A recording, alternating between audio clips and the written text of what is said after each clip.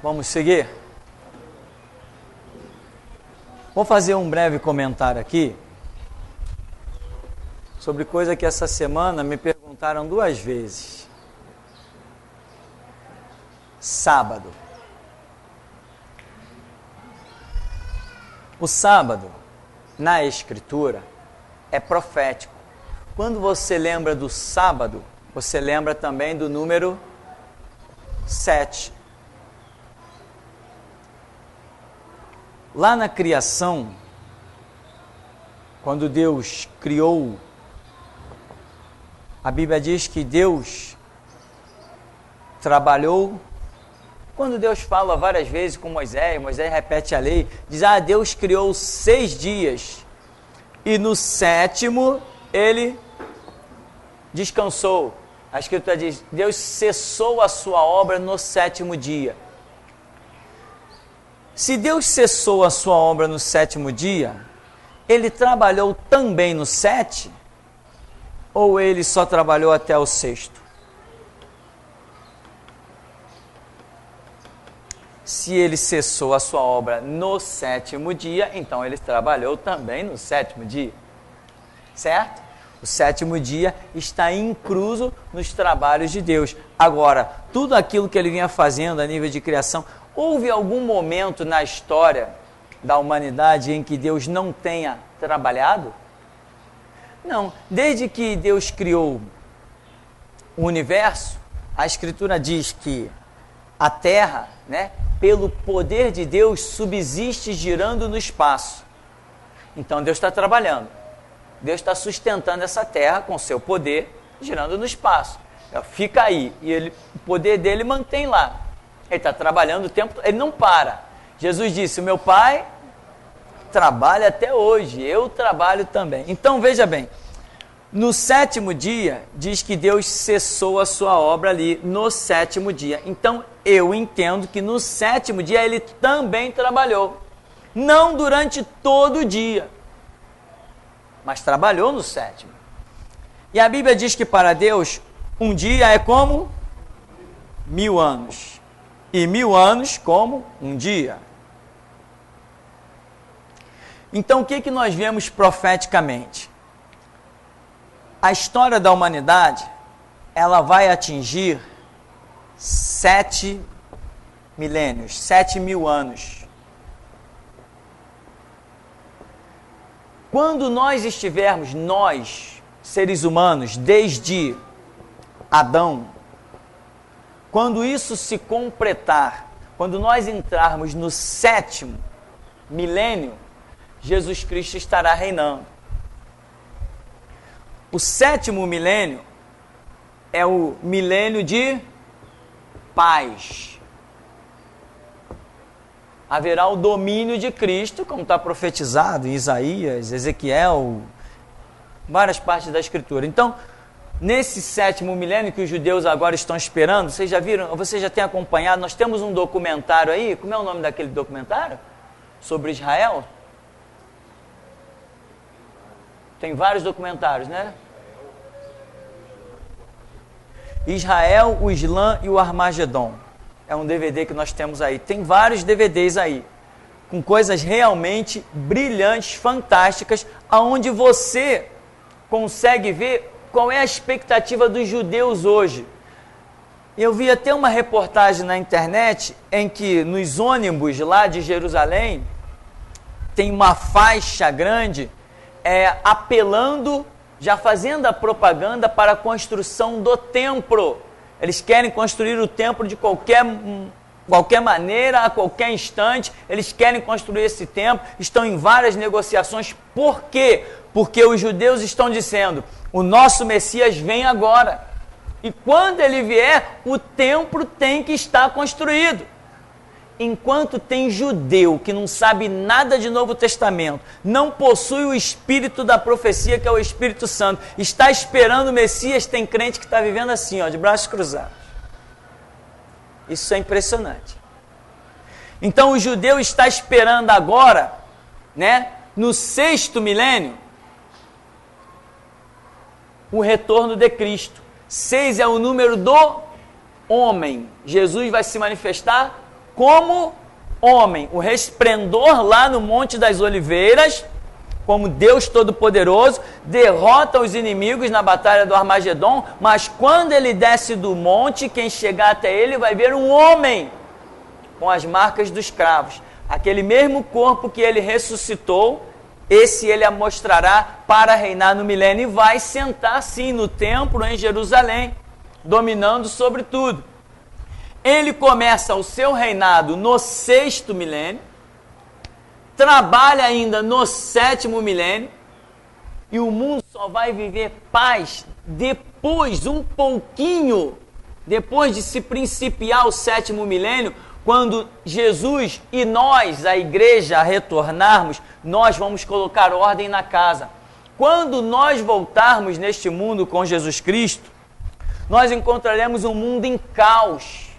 Acabou de ser detonado o reinado do anticristo. Um monte de gente, líderes espalhados pelo mundo todo. Uma série de situações, um caos. Nós vamos colocar ordem na casa.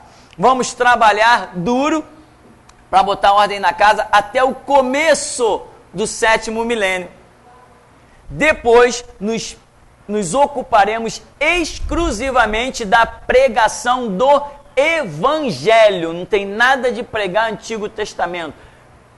A pregação é a mesma que a igreja tem hoje. No milênio será pregado o Evangelho de Jesus Cristo, que se encontra em Mateus, Marcos, Lucas e João. As palavras de Jesus. Vamos usar o Antigo Testamento? Vamos, da maneira que usamos hoje. Não como filosofia de vida, mas para demonstrar o trabalho de Deus contínuo desde Gênesis. Vamos fazer o mesmo trabalho que fazemos hoje. Mas até o começo do 7º milênio, o nosso trabalho vai ser árduo. Nós vamos ter que colocar ordem na casa. Pode parar com essa macumba aí. Acabou. Nós vamos ser a autoridade, entende? Exército, marinha, aeronáutica. Que história é essa de exército, marinha, aeronáutica? O governo é um só, de Cristo sobre o mundo todo. Não precisa de exército, nem marinha, nem de aeronáutica. Está entendendo, meu irmão? Cristo não vai dominar sobre toda a terra? Não vai ter nação contra nação, nem reino contra reino. Acabou-se isso. Então, nós estaremos servindo com Cristo. Jesus não vai precisar de exército, marinha, nem aeronáutica, nada disso. Nós vamos dominar os meios de comunicação.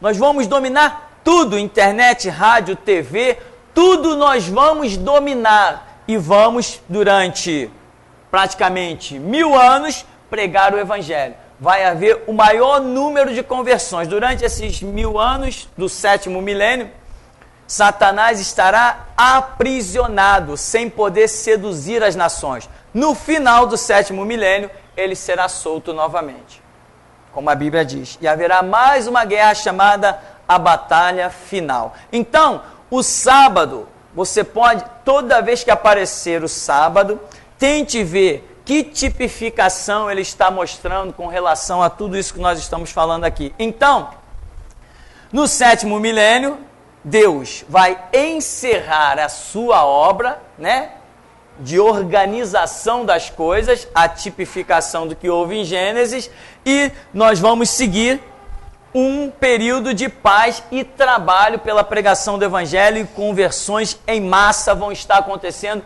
o tempo todo. A autoridade que estará sobre as nossas vidas, se hoje ela já é tremenda, que dirá no milênio, quando Jesus estiver em carne, sentado num trono em Jerusalém. O que mais que nós temos para ver aqui? Então, o sábado representa isso, E o 7º milênio representa o sábado do Senhor sobre a terra, quando Jesus retornar para reinar com seu trono em Jerusalém. E nós, igreja remida e lavada, não sei exatamente qual vai ser o critério de Jesus, mas uma coisa eu sei, que uma parte dessa igreja retornará para pregar no milênio. Não será todo mundo, isso eu sei. O que adianta alguém que negligenciou a palavra, o estudo, o conhecimento, voltar? Para quê? Se no milênio vai ser pregado o Evangelho. Eu acho que isso vai ser um critério de Deus. Eu acho que isso vai ser um critério de Deus para trazer pessoas de volta no milênio para trabalhar com Ele. Ou você acha justo trazer, para experimentar algo tão tremendo como esse, trazer alguém que negligenciou a vida toda, que viveu de samba, praia, futebol, porventura foi salvo que nem aquele ladrão lá da cruz, aí vem no milênio reinar, estou reinando com Jesus. Eu não traria. Não sei se Jesus vai trazer. Se ele trouxer, está trazido e ponto final. Mas eu não traria. Eu acho que tudo tem que ter critério, tudo tem que ter preço, né? Você hoje está aqui, lutando para aprender a palavra. Os bancos estão vazios, está faltando alguém aí. Será que é justo? Será que é justo alguém que não está nem aí? Não, o sol está bonito, eu vou jogar uma bola, eu vou jogar um vôlei. Eu quando fui para a igreja com 22 anos de idade, mais ou menos, eu nunca mais soube o que era uma praia, nunca mais soube o que era um futebol, nunca mais soube. Cada um faz a sua escolha e Deus é que vai decidir como recompensar cada um. Amém? Eu sei que até aqui nos tem ajudado o Senhor. Estou feliz, estou em paz. Então, irmão, o sábado representa o dia de descanso. É aonde Deus vai dar descanso sobre a terra. A Bíblia diz que no milênio, nesse sábado espiritual do Senhor, a terra produzirá abundantemente. Vai haver, vai até ser proibido que se mate um animal. Não vai poder ter derramamento de sangue, ou seja, ninguém vai comer nem carne. A terra vai produzir as hortaliças, os gêneros, as verduras, os legumes, as frutas. Isso vai ser produzido de uma maneira tão tremenda debaixo da graça de Deus no milênio.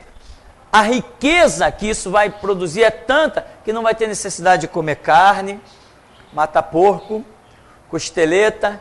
Quem gosta de um churrasquinho aí? Pode guardar sua churrasqueira por 1000 anos, que você não vai usar ela. Então, coisas desse tipo. Mas no milênio, a terra produzirá abundantemente. Até as maldições tem algo interessante lá. Quem pecar somente depois de 100 anos será amaldiçoado. Quer dizer, é uma bênção muito grande.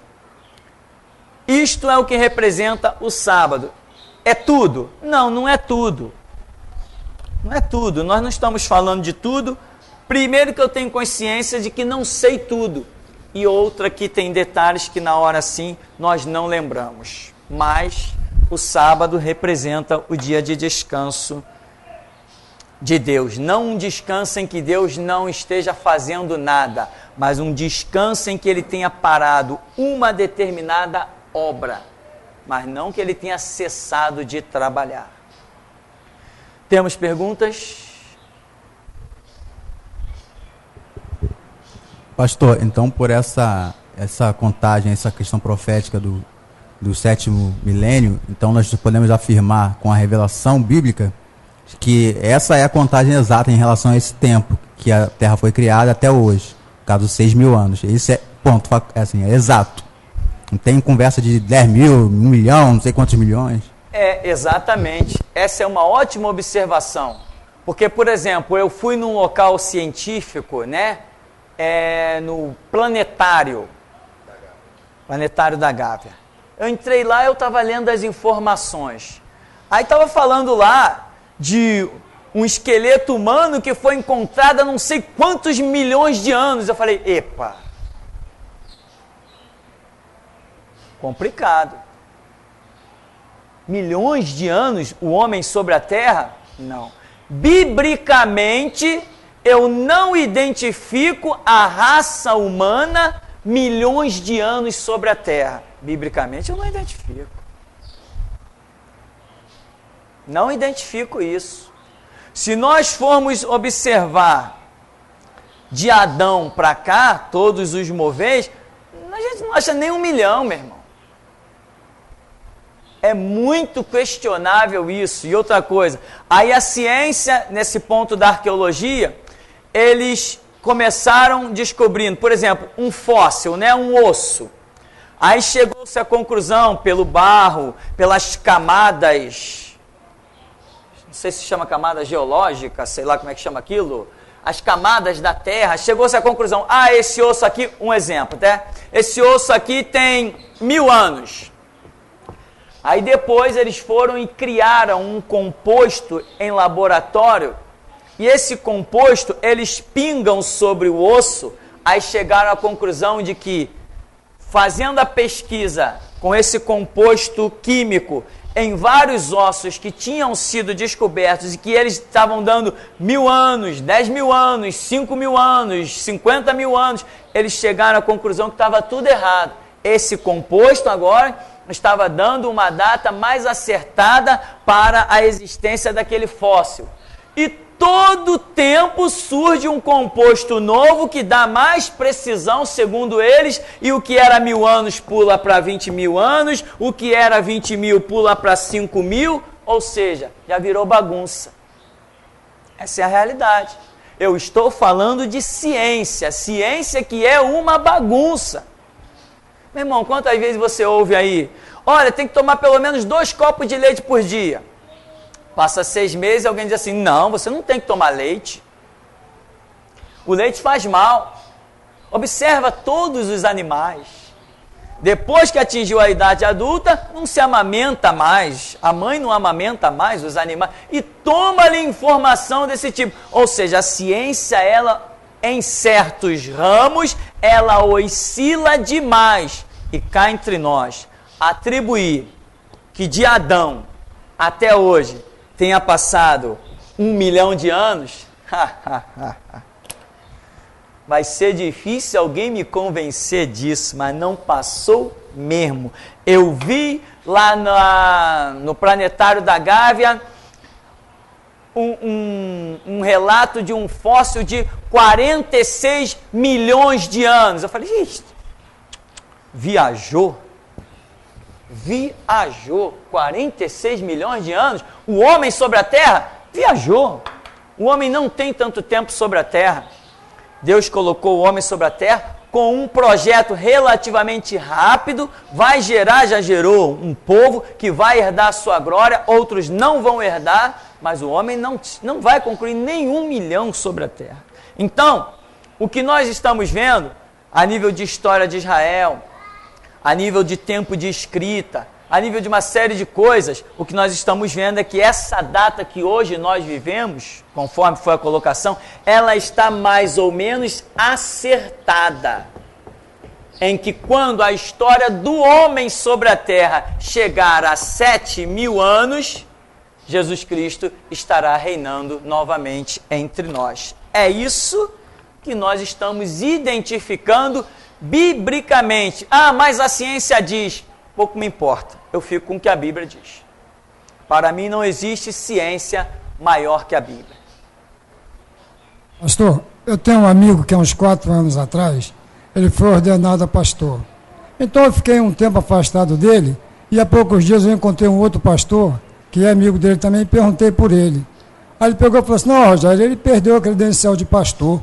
Ué, como ele perdeu a credencial de pastor? Não, porque ele não era batizado no Espírito Santo. Eu falei, não entendi. A gente, quando aceita Jesus, que se batiza, já não tem o Espírito sobre nós, o Espírito de Deus, como é que ele não tinha o Espírito Santo? Não, porque ele não falava em línguas. Então eu gostaria que o senhor me explicasse aí, o que é que caracteriza mesmo o batismo do Espírito Santo? Se você quiser falar em línguas, nós temos professoras de inglês aqui em nosso meio. Irmão, é um caso sério, isso é uma palhaçada cujo carro-chefe se chama Assembleia de Deus, que não tem mais nome, né? Como eu ouvi, você é batizado no Espírito Santo? Você fala a língua estranha? Como eu ouvi isso no tempo que eu era da Batista, né? Os irmãozinhos assembleando, muito espiritual, né? Que ficava no seu laba, né? Terra, mantos, né? Essas coisas todas aí que a gente ouviu muito, achavam que falavam língua estranha e que eram cheios do Espírito Santo. Hoje eu estou aqui pregando para o mundo inteiro e eles estão por aí nas esquinas da rua, continuam cheios do Espírito Santo. Então, meu irmão, essa história, essa regra que foi criada por homens e não pela Bíblia, né? Quem tem o Espírito Santo fala língua estranha, tá? Da onde veio a regra? Onde que Jesus ensinou isso? Não, lá em Atos, e em Atos então, acho que eles nunca leram, se leram, nunca entenderam o que diz Atos 2. Ali sequer é mencionado língua estranha, sequer é mencionado, pois é dito, nós ouvimos eles falarem o quê? na nossa própria língua em que somos nascidos. Então aquilo ali é outra história muito diferente e haja estudo naquilo ali, estudo que nós já, graças a Deus, já temos dominado bastante. Então, outros dizem, ter o Espírito Santo tem que falar língua estranha. Aí outros já não, ter o batismo no Espírito Santo tem que falar língua estranha. Regra, aonde que está essa regra? Em qual parte da Escritura? Em Mateus eu nunca achei, nem em Marcos, nem Lucas, nem João. Ah, mas lá em Marcos está escrito, falarão novas línguas. Ah, tá bom, está escrito, falarão novas línguas. Mas cadê a regra? Aquilo lá que se enquadra nessa regra, só se for para outros. O que eu estudei de português não me permite essa interpretação. Aquilo para mim não significa isso. Agora, cada um interpreta as coisas de acordo com o seu próprio prazer, né? Aqui em cima, nas Assembleias de Deus, um camarada era tesoureiro. A regra lá é a seguinte, só pode assumir cargo dentro da igreja quem for batizado no Espírito Santo. E para eles, para a desgraça da organização, para eles, ser batizado no Espírito Santo é falar língua estranha. O camarada era tesoureiro há 2 anos. Aí num culto lá, todo mundo gritando e imitando línguas, não sei o que, e o camarada está quietinho lá na dele. Com um livro da tesouraria na mão, tal, porque tinha um relatório para apresentar. Depois acabou o culto, o pastor chamou ele, um pastor novo, porque mudava pastor todo ano ali, né? Não sei agora como é que está aqui, não sei nem se ainda existe uma assembleia aqui em cima. Mudava pastor todo ano, aí o pastor novo que assumiu chamou ele. Ô irmão, eu vi todo mundo no culto falando língua estranha, você não fala língua estranha não? Não, pastor, não falo não. Ah, então você não é batizado no Espírito Santo. Aí levou o caso lá para a sede, em São Cristóvão, retiraram o irmão da tesouraria, porque o irmão não falava língua estranha. Aí botaram outro irmão. Botaram outro irmão que falava língua estranha, pulava no poder, rodopiava. Aí de repente viram que o irmão construiu uma bela casa. Aí viram que o irmão, tesoureiro novo, que falava língua estranha, pulava, rodopiava, cambolha alta e outras coisas mais, comprou um carro 0 quilômetro. Para ou continua? Depois dizem que eu estou perseguindo as Assembleias de Deus. Eu não estou perseguindo, meu irmão, eu estou contando história. Se alguém quiser me chamar de contador de história, chame, mas eu levo na casa para conhecer as pessoas. Depois que viram... Aí um irmão desconfiou, esse irmão está prosperando rápido demais. Lá eles têm um livro, todo mundo que lança ofertas chamadas ofertas especiais, lança-se no livro. E um irmão lá, também com uma série de cambalachos, vendeu um carro e tinha dado na época, isso tem uns 7, 8 anos, uma oferta de R$7.200. Aí, passou-se 6 meses, esse irmão foi lá e pediu o livro. Pastor, eu queria ver o livro das ofertas. Que eu dei uma oferta, eu queria conferir, não lembro quanto eu dei, ele mentiu nesse sentido, né? Não lembro quanto eu dei, eu queria conferir. Ah, tá, vamos pegar o livro. Irmão, fulano, traz o livro aqui que eu preciso conferir quando chegou. Cadê a minha oferta? De R$7.200. Ou seja, o irmão não lançou a oferta, lançou no bolso, não lançou no livro, lançou no bolso, e assim, o cheio do Espírito Santo, que falava a língua estranha, era um ladrão, e o outro humilde, que não falava a língua estranha, nunca ninguém disse que ele roubou 1 centavo. Ou seja, regras de homens, um abismo chama outro abismo, palhaçadas. Vale mais dignidade, meu irmão. Dignidade, honra, isso é que vale, isso é que a gente tem que ver no ser humano. Caráter. Ou você acha que Deus está por aí escolhendo quem é cheio do Espírito Santo? Para todas as obras que ele tem a realizar? A Bíblia diz que Deus reparte a cada um conforme o que é útil. Reparte a cada um conforme a sua própria capacidade. Então ele sabe o que vai colocar na mão de cada um. Esse negócio desses critérios malucos que nós, seres humanos, escolhemos, isso não passa de palhaçada e nos conduz ao abismo. Não, a obra de Deus não é feita de acordo com o que os meus olhos acham ou o meu entendimento acha. A obra de Deus é feita de acordo com a revelação que Ele nos acrescenta. Então, língua estranha, ser batizado no Espírito Santo, ter o Espírito Santo, tem que falar língua estranha. Regra humana, porque nenhuma parte da Escritura Jesus deixou essa regra. Se ele não criou essa regra, quem criou não passa de palhaço. Pode ser bispo, arcebispo, cardeal, papa, pastora. Criou essa regra, aliás, que pastor é uma boa, né? Haja abominação dentro da igreja. Criou essa regra, é palhaço. Porque todo mundo que cria regra fora da escritura não passa de palhaço.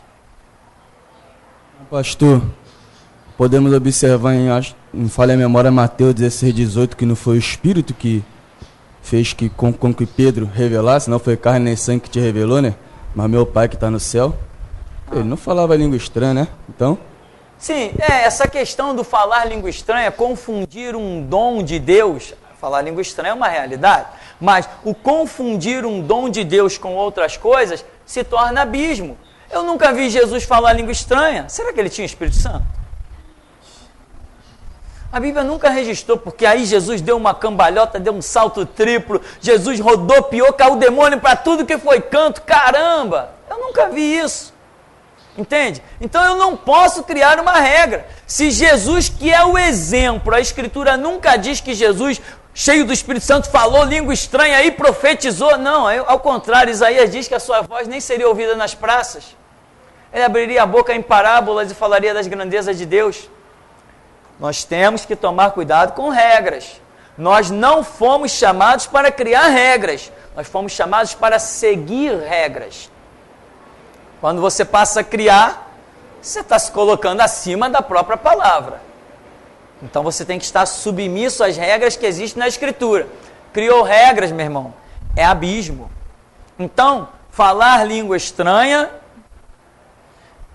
é um dos dons do Espírito Santo. Tem gente que nunca falou língua estranha, mas ouve a voz de Deus. Tem gente que nunca falou língua estranha, não ouve a voz de Deus, mas tem sonhos proféticos. Tem gente que nunca falou língua estranha, não ouve a voz de Deus, não tem sonhos proféticos, mas tem visão.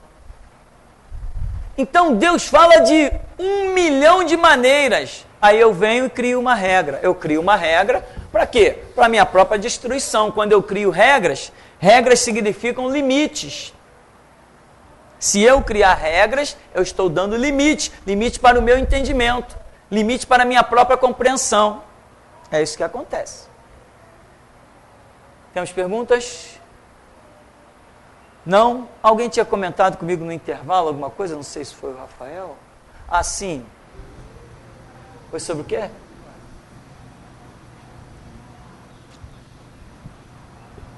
Pastor, é sobre uma pregação que aconteceu há alguns anos aqui, algum tempo, alguns meses. E durante a pregação o senhor falou sobre contou um caso de um pastor que ele tinha um ministério de cura e que depois que ele estava bastante cansado, ele deitou sobre uma cadeira da igreja. Aí parece que a esposa dele chegou, foi secar o suor do rosto dele. E antes dela conseguir tocar nele, ela saiu, tomou um impacto violento, que ela saiu meio que voando, bateu na parede. O senhor falou que iria comentar a respeito disso nas aulas do seminário, mas nunca comentou a respeito. Queria que o senhor pudesse falar um pouco. O que acontece? Teve esse caso, e o ministério era muito filmado e fotografado demais. Era um fenômeno esse homem. Infelizmente, hoje ele já aperta a mão de quem não deveria apertar. E nós temos que tomar muito cuidado, irmão. Até a nossa imagem não pode ser manchada, sabe?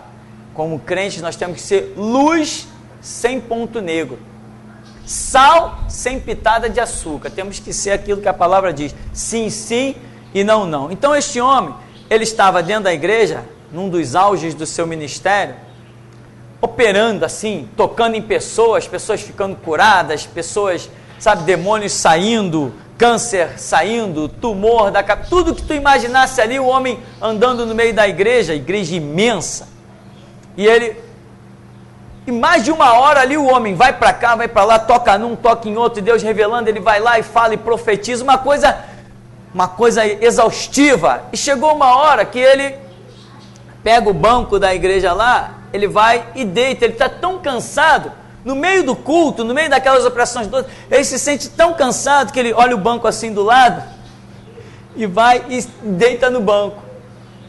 Deitou ali no banco, ficou descansando.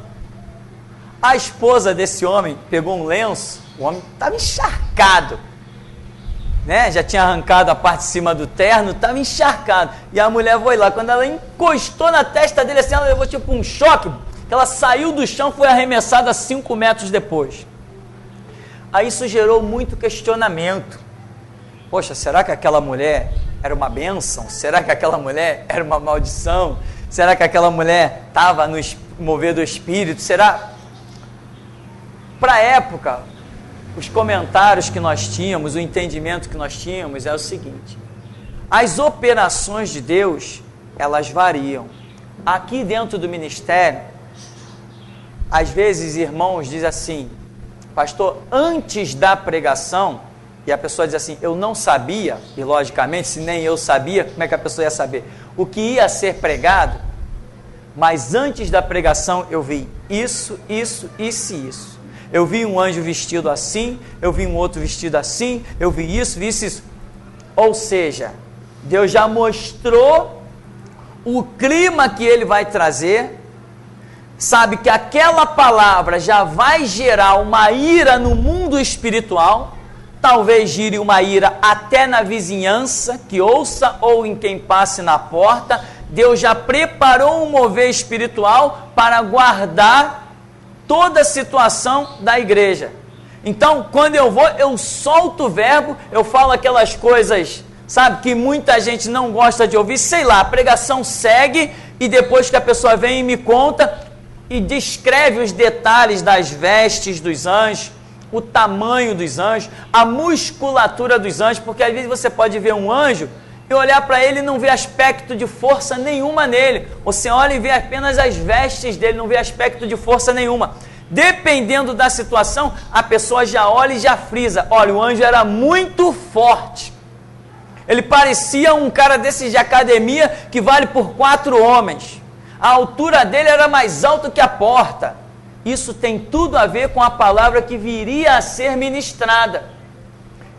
Deus me deu uma palavra, sabe que vai provocar uma série de situações no campo espiritual. Então Deus determinou sobre mim uma unção e determinou a guarda dos anjos. Porque, como Deus opera, esses caminhos que Deus usa, eu não sei. Eu sei que Ele poderia simplesmente com uma palavra determinar tudo, mas Ele escolhe, como a Escritura diz, os anjos ministradores a respeito dos que hão de herdar a vida eterna. Ele traça os caminhos dele e a nós cabe simplesmente aceitar como Deus traça e como Deus faz sempre é glorioso. Então, aqui nós temos vivido essas experiências constantemente. Às vezes Deus mostra coisas que já é para o próximo culto. Quantas vezes Deus já mostrou nesse ministério? Olha, tem um anjo assim, assim, assim, as asas dele quando abre, toma a igreja toda, ele é muito forte, ele tem espada, ele tem capacete, ele tem todos aqueles símbolos, aquelas coisas todas de guerra, mas tem o seguinte, esse anjo não é para agora, esse anjo é para o próximo culto. Caramba, a coisa vai ficar estreita. Aí vem aquelas situações que, quando a mensagem sai, até eu tremo. Quando sai pela internet, quando sai pelos CDs, é um reboliço. Tem gente que diz, não, mas ele não pode falar isso. Outros dizem, mas está falando. São aquelas coisas. Então, existe todo um mover espiritual. O que nós imaginamos que aconteceu com este homem? Quando a pessoa está numa operação de Deus, vamos assim dizer especial, né? Para definir uma situação. Quando a pessoa está debaixo de uma operação, Deus ordena para guardar essa pessoa uma unção, um anjo. E a pessoa está ali sob aquela guarda. Tem anjos que nunca pisaram no ministério, mas que pisarão naquele dia e hora específico para guardar uma situação. Então, bom, como a gente já viu aqui, teve gente que já disse para mim assim, pastor, eu vi um anjo diferente de todos os que eu já vi na minha vida. Ou seja, é um anjo liberado em uma situação específica, porque Deus vai trazer um mover singular sobre o ministério, através da palavra, através da oração, sei lá através de quê, mas vai trazer. Então, há uma operação especial. Então Deus libera uma unção, Deus libera anjos, Deus libera uma série de situações. O homem estava lá, deitado. A ordem foi dada com relação àquele homem, porque o ministério é algo individual. Então, a esposa dele se meteu num detalhe que não podia se meter.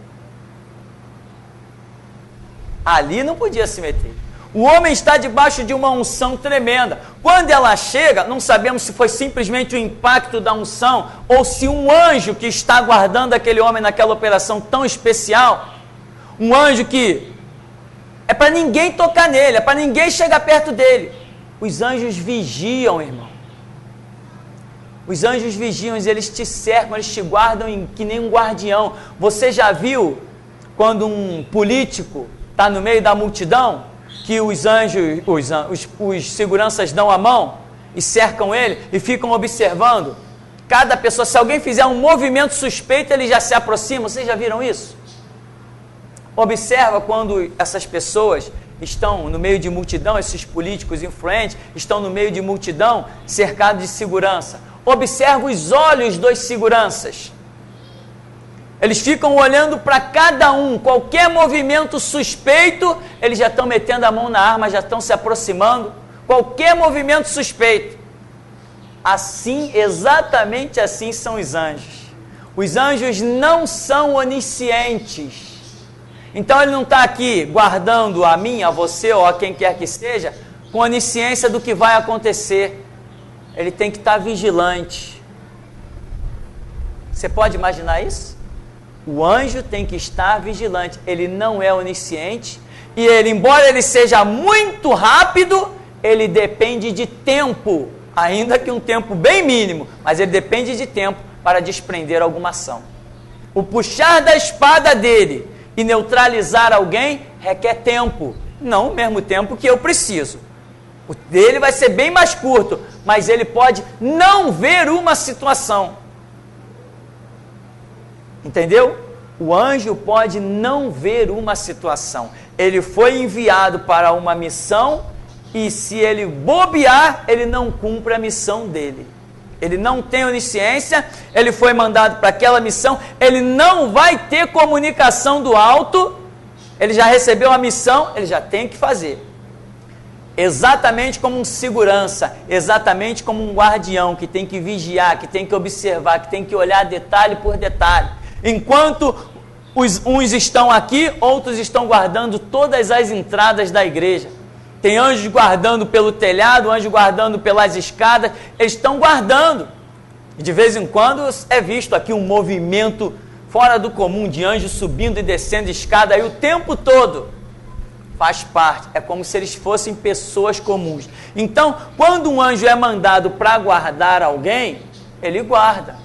E às vezes, ele não recebeu informação de outras pessoas. Pode ser filho, pode ser esposa, pode ser pai, pode ser mãe. Ele sabe que ele tem que guardar aquela pessoa. Então ninguém vai chegar perto. É o caso. A esposa foi lá, eu sou esposa do cara, né? Sabe como é. Eu vou lá tirar aquele suor que não ia adiantar de nada, o homem estava completamente encharcado, parecia que tinha entrado debaixo de uma cachoeira. Quando ela encosta o lenço na testa dele, nem chegou a encostar, já foi projetada 4, 5 metros depois. Pode ser que aquele anjo que estivesse guardando aquele homem não tinha informação de quem era aquela mulher. Por quê? Porque não era um anjo comum que costumava andar dentro da igreja. Era um anjo que foi enviado naquele dia para aquela operação especial. Anjo não é onisciente, ele não conhece ninguém. Foi apresentado a ele aquele. Quando o anjo pisa lá na porta, com a missão especial, o anjo que está no púlpito, que pertence ao guardião do ministério, ele chega para aquele e diz assim, ó, esse aqui, tua missão é essa aqui. Acabou, ele não conhece mais ninguém. Quem se aproximar vai levar um chega para lá. Essas coisas são reais. Essas coisas são reais. Nós tivemos uma experiência com um pastor Manuel.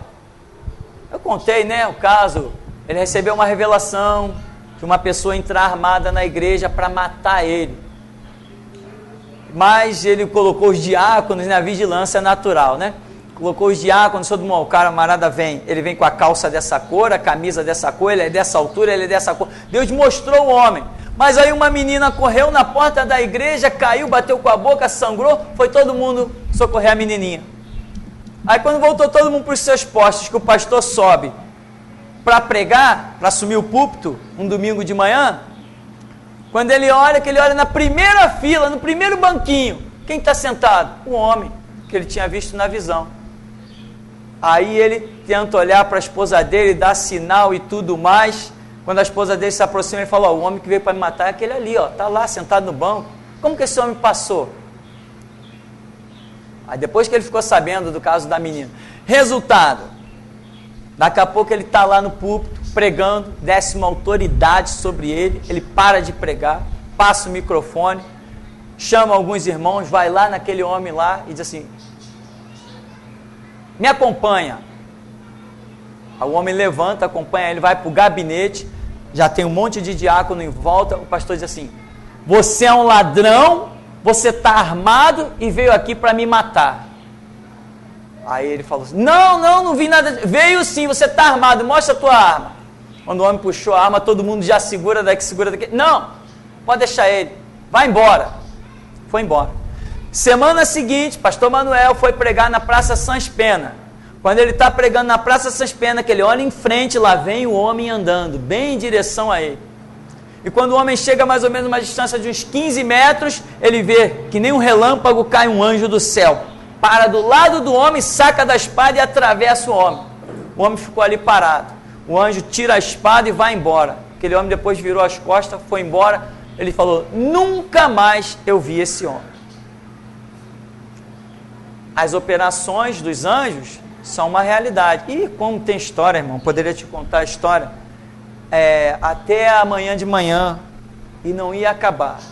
Experiências nossas, de anjos curando, de anjos repreendendo, e quanta coisa, coisas que Deus nos fala sem nós vermos, Deus falando, tem um anjo fazendo isso, mas ninguém vê nada, coisas que nós não ouvimos nada, mas estamos vendo, coisas que Deus diz assim, amanhã eu vou fazer isso, isso e isso, mas você olha, você não vê, não foi feito nada, aos teus olhos não foi feito nada, mas fez.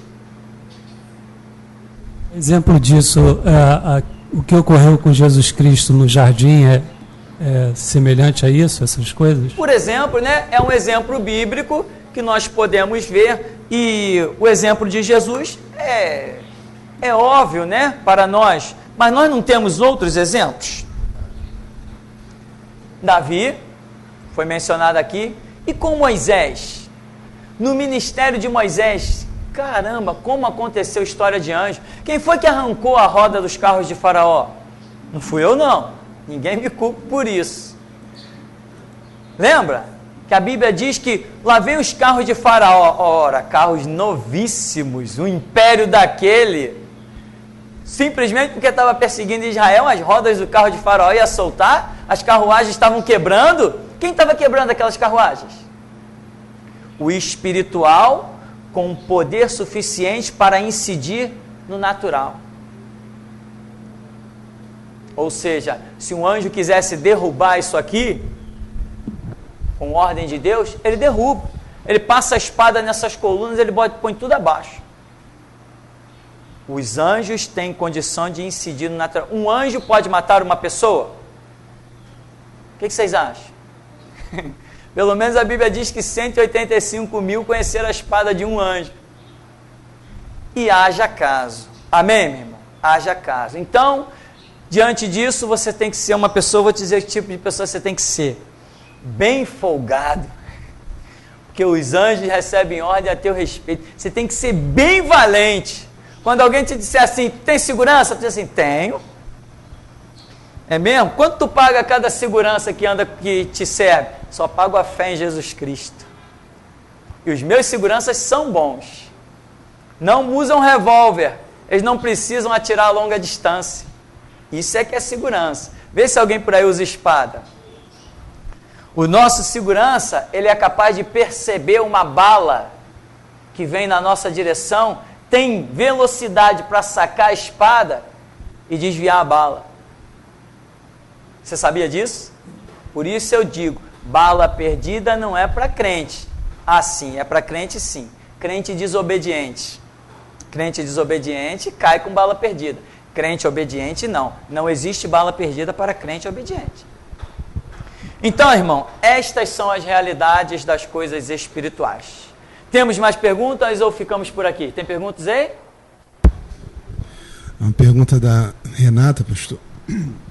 Ela diz assim: pastor, e quando eu era crente, entre aspas, mas eu ainda nunca tinha ouvido falar da restauração, Deus me tinha como filha? Ele ouvia as minhas orações?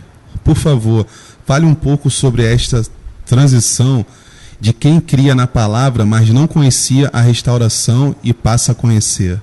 Claro que eu ouvi as orações, e hoje Deus está ouvindo também as orações de quem ainda não conheceu a voz da restauração. Agora, depois que a pessoa conhecer a voz da restauração e dizer não para a restauração, todo o seu desenvolvimento de vida, toda a sua caminhada, toda a sua prosperidade espiritual fica neutralizada.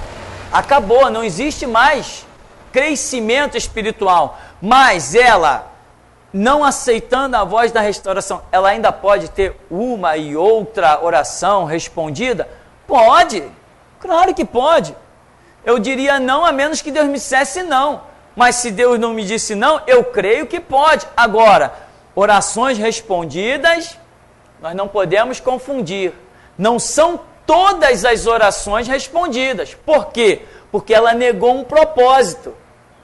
Negou a restauração. E existem orações que só vão caber o seu cumprimento dentro da dispensação da restauração. Mas se a pessoa negou, então não adianta ela fazer certas orações. Ah, Deus, me envolve na tua obra. Deus, eu quero trabalhar para ti. Não, se você negou a restauração, essa oração não é ouvida. Só existe trabalho hoje para Jesus Cristo dentro da visão da restauração. Agora, a pessoa que não conhece a restauração, ela pode orar: Deus, me abre uma porta de emprego. Tá, Deus pode abrir uma porta de emprego. Ela pode orar até por uma cura. De repente pode ficar curada. Outros, porém, dependendo da exigência de Deus, não vão ficar curados. Outros, porém, não terão portas de emprego abertas. Agora, há casos e casos. Então eu não vou dizer, a menos que a Bíblia, a menos que Deus me revele, eu não vou dizer que uma pessoa que porque não se envolveu com a voz da restauração, que não terá as suas orações atendidas, nem que não terá nenhuma graça de Deus sobre a sua vida. Não, não é isso. Porém, certas coisas eu sei que ela não terá, porque quem nega um propósito de Deus já não vive mais a plenitude do Espírito Santo. Eu só vivo a plenitude do Espírito Santo quando eu estou enquadrado nos propósitos de Deus. Se eu não me enquadro nos objetivos que Deus traça para a minha vida, eu passo a viver um meio evangelho e não um evangelho pleno. Pergunta de um ouvinte anônimo. Ele diz assim: pastor, por que devemos fazer jejum ou por que não devemos fazer? Por que Jesus fez 40 dias de jejum? Eu vou recomendar para ele procurar na internet, lá no www.seminario1.com, nós temos um estudo intitulado O Fim do Jejum, né? A Bíblia não manda ninguém fazer jejum e Jesus Cristo não jejuou. Jesus Cristo ficou sem comer. Moisés não jejuou. Moisés ficou sem comer. Elias não jejuou. Elias ficou sem comer. Ali nós vemos uma situação, um propósito de Deus. O jejum é quando a pessoa determina, ela mesmo cria um objetivo de jejuar. O que não aconteceu nem com Jesus, nem com Moisés, nem com Elias. Esse estudo, né, O Fim do Jejum, está explicando isso detalhadamente, explicando tudo que é passagem bíblica que aparece. A Escritura, você vê que quando a própria nação de Israel, por exemplo, Nínive é o grande exemplo. Deus diz assim: Jonas, vai a Nínive, porque eu vou destruir essa cidade. Jonas vai, prega em Nínive, Nínive se arrepende, o rei de Nínive manda até o povo jejuar, os animais ele faz jejuar, e Deus olha o arrependimento da cidade e diz que não vai mais destruir. Em qual momento Deus pediu a Nínive o jejum? Em qual momento? Em nenhum momento. Em que momento Deus olhou e disse para Jonas: Jonas, eu vi o jejum dessa cidade? Também em nenhum momento. Deus disse que viu o arrependimento da cidade. Arrependimento não é deixar de comer. Arrependimento não é ficar com fome. Arrependimento é uma mudança de caráter, propósitos e objetivos. Isto é arrependimento. E não jejum. Então, em nenhuma parte da Escritura, Deus pede jejum. Jejum não é mandamento, jejum não é bíblico. Jejum é um costume de povos antigos que, quando queriam demonstrar a calamidade, fosse uma calamidade pública ou uma calamidade na sua vida pessoal, as pessoas acabavam entrando em jejum, ficando sem comer. Porém, biblicamente, nunca Deus pediu ao homem que ficasse sem comer como prova do seu arrependimento. Nunca, jamais, em tempo algum. Na verdade, a grande bênção do jejum que as pessoas têm conseguido é uma bênção tripla: úlcera, gastrite e anemia. Tem mais pergunta? Uma pergunta do Clóvis, pastor. Ele diz assim: eu e outros fomos pastores ungidos por homens em outras denominações e assassinamos espiritualmente muitas vidas e vivíamos só de dar envelopes para o povo e inventar correntes. Não é aí ele pergunta: não é certo agora, na visão de Zaqueu, que devemos mostrar os frutos deste arrependimento, além de não mais praticar tais obras e trabalhar incansavelmente na direção de Deus e tentar vezes mais pelas almas, quer dizer, tantas vezes mais pelas almas que destruímos e ajudamos a destruir? Claro, lógico. Reconhecer, né? Ainda mais quem vende universal, mundial, graça, Deus é amor, a pessoa tem que entender, como ele demonstra o entendimento: fomos ungidos pelos homens, destruímos vidas dando envelope. A pessoa passa dentro das igrejas inventando modo de campanha, procurando um verso bíblico para criar uma campanha, para criar um envelope, para arrancar dinheiro da pessoa. Evangelho, meu irmão, não é isso, não é você ficar arrancando dinheiro de ninguém. Evangelho é pregar o evangelho, pregar a palavra. Então, se ele reconhece, olha, dobra os joelhos, Deus me perdoa, tem compaixão, misericórdia de mim e me aponta o teu caminho. Acabou, segue em frente, né? Agora, o primeiro ponto da pergunta, ele já demonstra algo que, no meu entendimento, é muito importante: entender que não é pastor. Se era pastor de universal, então não é, nunca foi. Se era pastor de graça mundial, Deus é amor, tem que entender, nunca foi. Se era um pastor batista, que porque fez um seminário foi convidado para dirigir um grupinho chamado igreja, se a pessoa entende que não era, aí ela está no caminho certo. Agora, tem gente que vem desses lugares com títulos de pastor e jamais vai chegar aqui e deixar sua batina do lado de fora.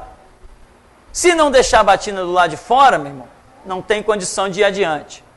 Tem que entender, foi ungido por homens, foram homens que colocaram atrás de púlpito, viviam de uma vida de rotina, de doutrina de igreja. Se entendeu tudo isso, a chance de arrependimento e caminhar está aí. Se não entendeu, vai cair na cova. Mas não. Então nós vamos ficar por aqui, né? Vamos agradecer a Deus nesta manhã.